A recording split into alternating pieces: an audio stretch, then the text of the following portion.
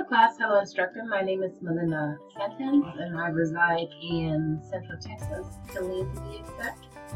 A person who is healthy, in my opinion, is someone who is emotionally and physically well, who have good interpersonal relationships, and who eats a well-balanced diet, and of course also participates in regular exercise.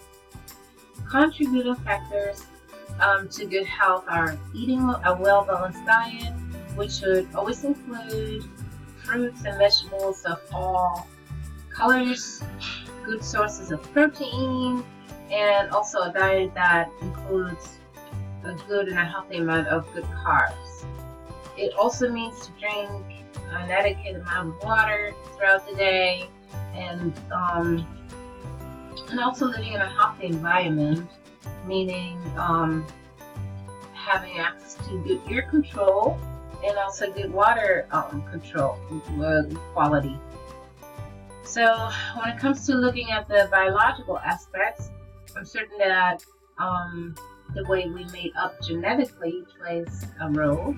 For example, there can be a family history free of diseases which can be passed down from generation to generation. Exercising, on the other hand, can be more linked to a social thing.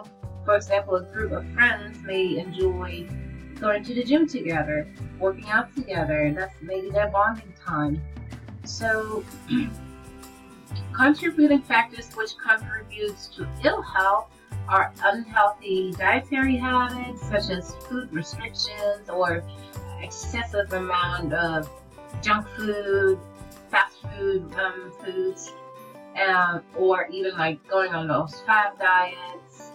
Also engaging in risky behaviors such as having multiple sexual partners without protection. Smoking, of course, is also a very big one. And again, being physical inactive. Even excessive drinking plays a big role in it too, as well as living in a high polluted area. I believe that unhealthy diet habits, engaging in risky behaviors, and being physical and active can all be tied to social factors. And all three factors can be linked to peer pressure.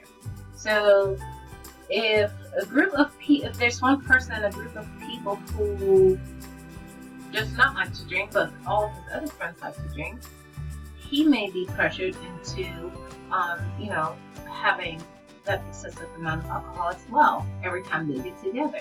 So that's definitely a social aspect.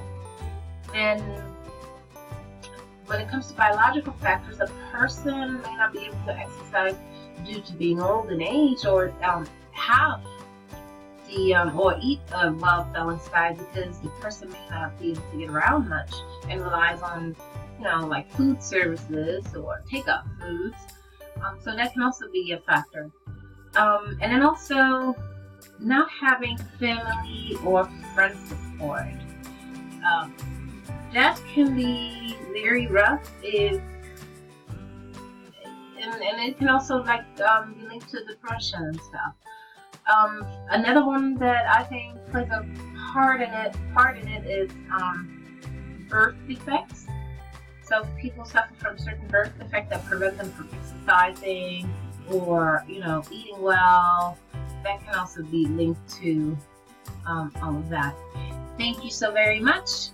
I'm looking forward to start the class and to post my first discussion post on Thursday. Thank you.